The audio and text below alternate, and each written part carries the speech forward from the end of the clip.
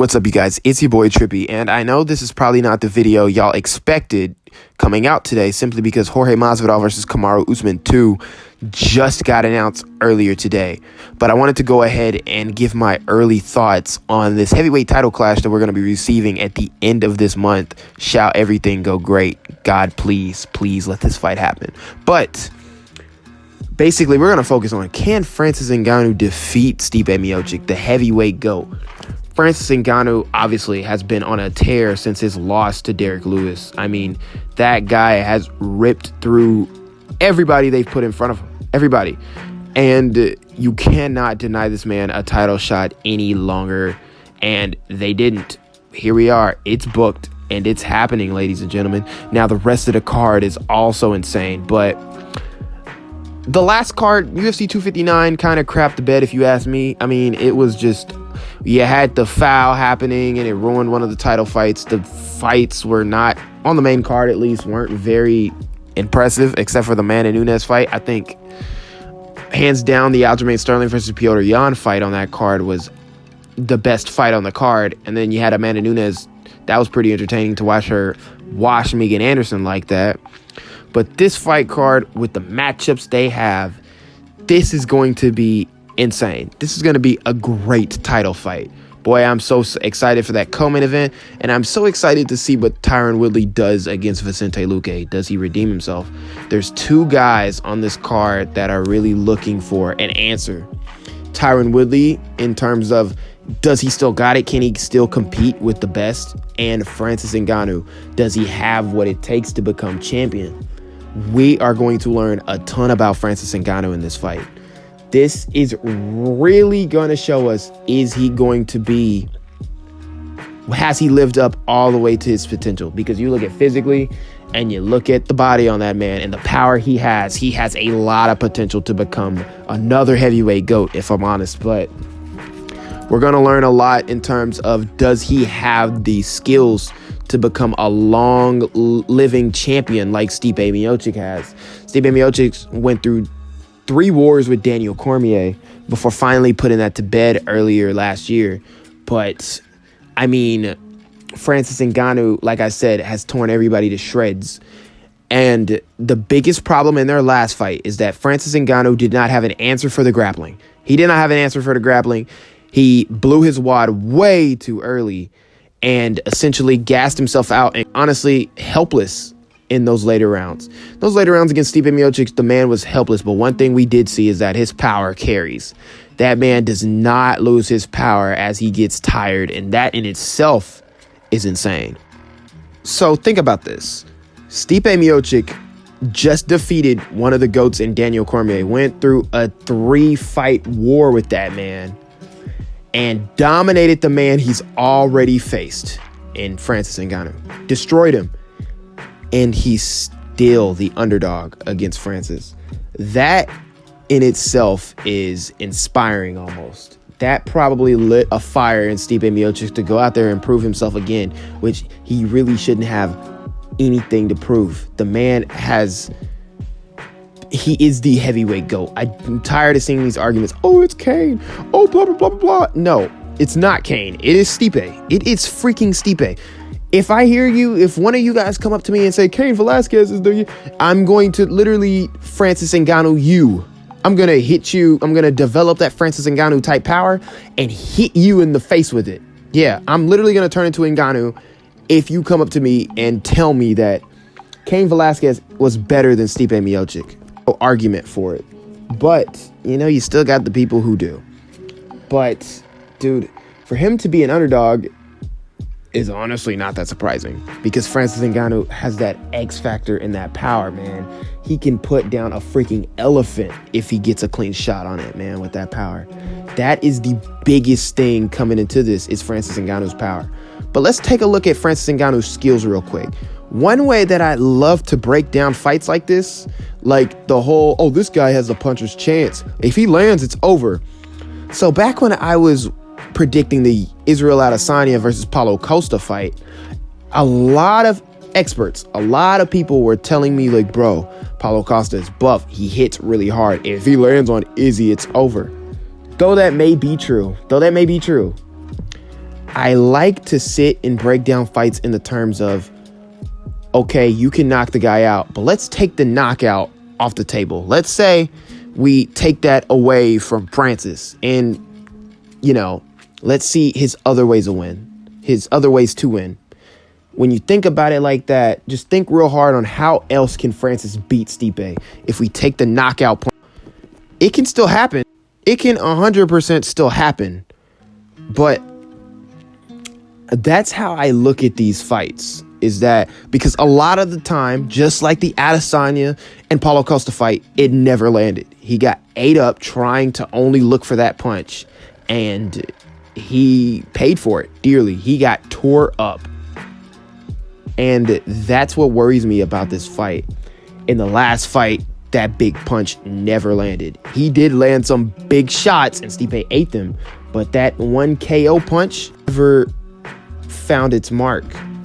Stipe ducked a lot of them, danced around the power of Francis Ngannou, and ate the shots that he needed to eat, and dominated him essentially once Francis Ngannou blew his load and freaking gassed out. Stipe, it was literally, when you look at some of the ground exchanges, it looked like Francis Ngannou was a helpless child out there. My gosh.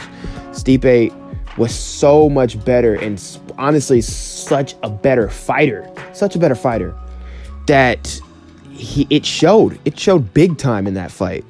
And Francis Ngannou, then it did a lot to Francis' confidence, and that's another thing that goes into this fight, is that yes, Francis Ngannou has tore up everybody else that they put in front of him, but when you look at the highlights, when you look at the promos, when you look at, people don't look into that a lot. Mentally, that is something you have to think about, because you're going to be seeing it everywhere about how this man whipped your tail the first time y'all saw each other. It wasn't a knockout. It wasn't a lucky punch.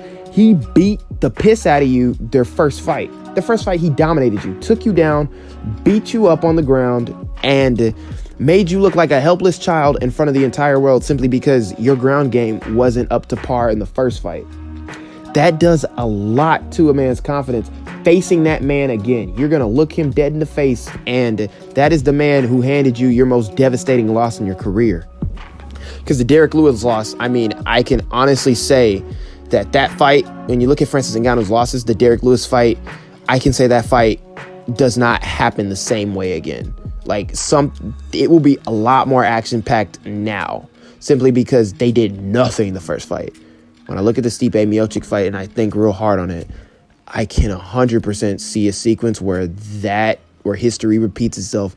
Stipe Miocic does the same exact thing to Francis Ngannou. But man, the power of Francis Ngannou is such an X factor. People have said, oh, it's gotten better. No, I don't see that. I think he has the same level of power he's always had.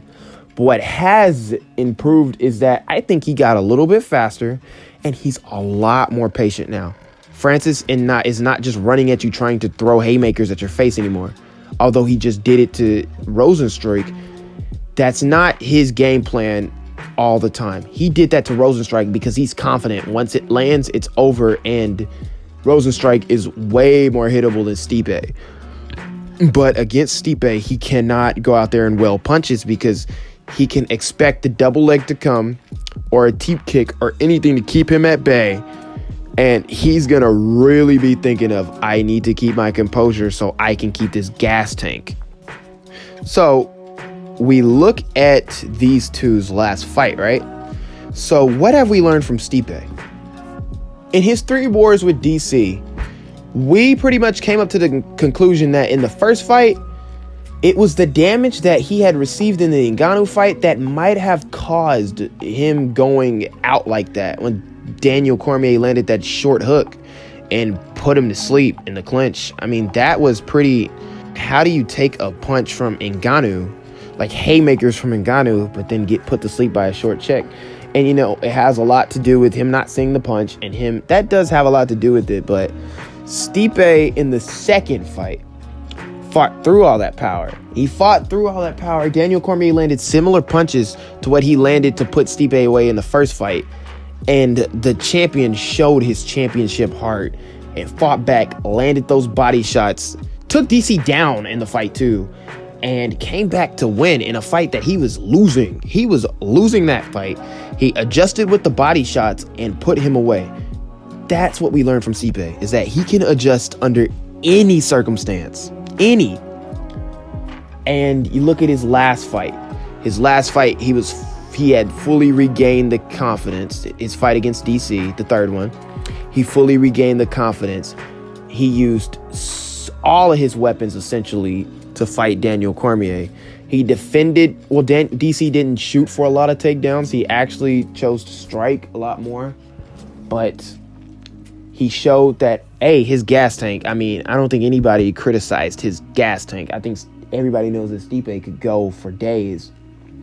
But he showed in that DC fight that he had evolved way past the level that when he first met Cormier the first time.